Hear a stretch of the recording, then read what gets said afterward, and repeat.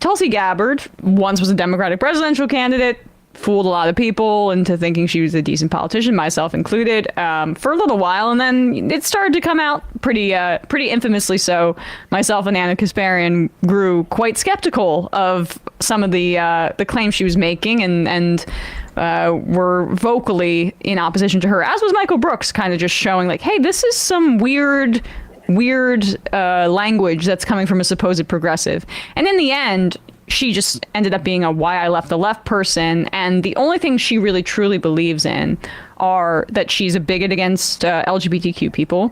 And she's also a vicious Islamophobe. So when she talks about being anti-war, it mostly boils down to, well, either it's because the Muslims aren't worth it or whatever, or she'll stay silent about something like what Israel is doing in Gaza because many of the Palestinians are Muslim, and she, as a Hindu nationalist, is deeply racist towards people of Islamic faith. So now she's just a full-blown right-winger here speaking at the Turning Points USA AmFest a few days ago.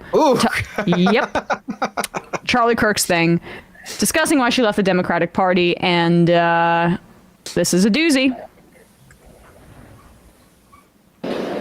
Now remember, during President Biden's inauguration speech, he promised to bring our country together, to be a president for all Americans, no matter who they voted for.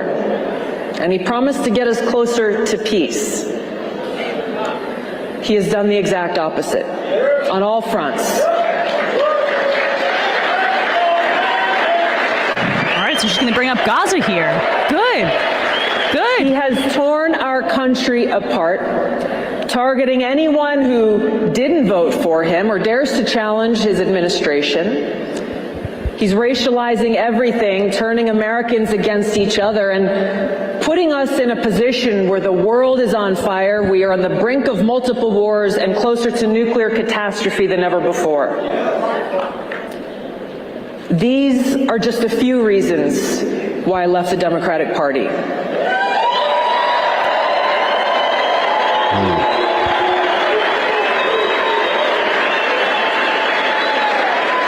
I could no longer remain in today's Democratic Party that's under the complete control of an elitist cabal of warmongers who are driven by cowardly wokeness.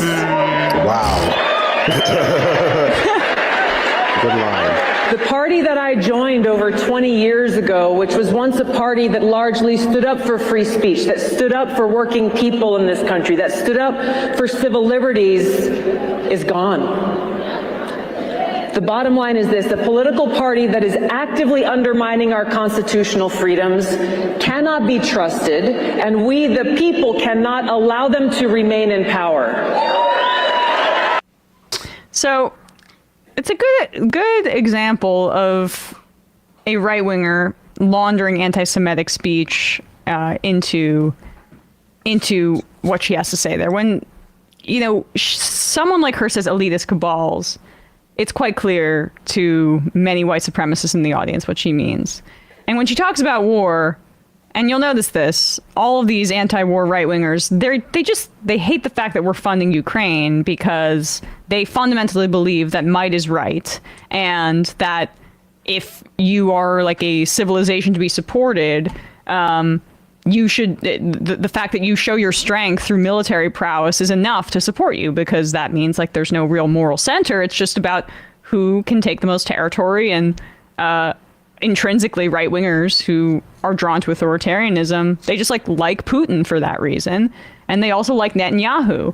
And so they don't like Netanyahu, though, because they support Jewish people, which is what a lot of right-wingers will claim, that the left is more anti-Semitic. No, they just like it because they like that Zionism is a political project that kind of just embodies all the ideals of what they want. Militarized border, subjugating a Palestinian population and making sure that they have zero rights, creating clear racial divisions and hierarchies. This is their vision. And so despite her hand-wringing about war, you'll never hear any of that. Go ahead, Brandon. It is interesting to me that usually the why I left the left folks, they usually become like the more the sort of isolationist flavor of Republican. Like they usually do claim to be like anti-war, but because they're like so pro-America, they don't think we should be helping out anybody. She is like the rare I left the left person who like became a full-throated like late 90s, early 2000s style neocon. Like it's very weird, very bizarre. Like her whole sort of identity really is like this rabidly anti-Muslim sort of like she was preaching about anti-war and then took part in some sort of special U.S. Mission in Africa as part of the military. Like so She's bizarre. literally in the psychological operations division, I believe. So yeah. You can't really be that dove when you are actively taking part in special ops in foreign countries, in foreign nations. Yeah.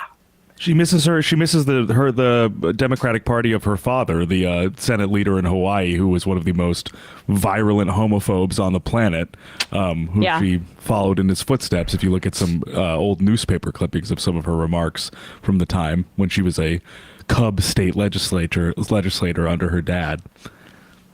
Also, she endorsed Biden like right off the bat. Like she was one of the earliest. Like everyone thought like, oh, she's gonna eventually drop out and endorse like Bernie, right? But she stayed in. People forget that in 2020, the final three in the Democratic primary were Bernie and Biden, and then all the way behind them, with absolutely no chance but refusing to drop out, was Tulsi Gabbard. And then when she finally did drop out, she went straight to endorsing Biden. Yep. Do you think she's angling for like a 2028 Republican candidacy play? I think it's stupid for anyone to run in 2024 because Trump already has that on lock. But do you think I think she's angling for VP? She could be angling for VP, right? I mean, I think Nikki Haley is a better choice than Tulsi Gabbard for that. Well, Trump will never pick her because Nikki Haley's too much of a mainstream Republican. Yeah. Even though she shares their views entirely. Except for maybe like Ukraine. Maybe she's a bit more conciliatory towards aid to Ukraine than the rest of the Republican Party, which means she's public enemy number one to the MAGA folks for some reason. She also sometimes say that women who get abortions shouldn't be like put to death. And so that also doesn't play well with the, evangelical crowd. No, it doesn't. I mean, and also when you look into it, her name's not Nikki fully. That's a nickname. It's Nimrata. And that sounds a little scary. I would say that, I think I've likened her recent kind of surge relatively in the polls. Like she's now tied to DeSantis, but Trump has widened his lead. So it's just completely a Pyrrhic victory to a degree. I've likened it to like when, an NFL team knows that they're not going to make the playoffs and they have an older quarterback that they just like are like, this is not the future. And so they start a 4th round rookie or a 5th round rookie for the rest of the season just to see what they've got. That's kind of what it's like. Like they're not playing for, she's not playing for anything, Nikki Haley, but she's playing for 2028. And that's why she's getting all this Coke money so they can see like, does she have the opportunity to be a starter? I would say probably no, just because of the whole woman thing. They don't really that whole strategy never works either. A lot happens in 4 years. Exactly. Whole new DeSantis. People come, yeah. I mean, DeSantis probably ruined it. Honestly, if DeSantis took Brandon's, advice there and waited till 2028, he would have been the fresh guy in 2028 and probably would have cruised to the nomination. DeSantis, I think, was riding his like clout from the early parts of the pandemic, which is why it's so silly to have like people announce presidency like 3-4 years before the actual election, because he was the toast of the town in 2021. And now people are like, why is he running again? No, but that's the thing. If he had waited, he still would have had that. I know it would have been a long time since the pandemic era, but he would have still had that like air about him. Like, oh, we liked him for how he acted then. But that all goes out the window the second he says, I'm going to compete against Trump. Now they hate him for that.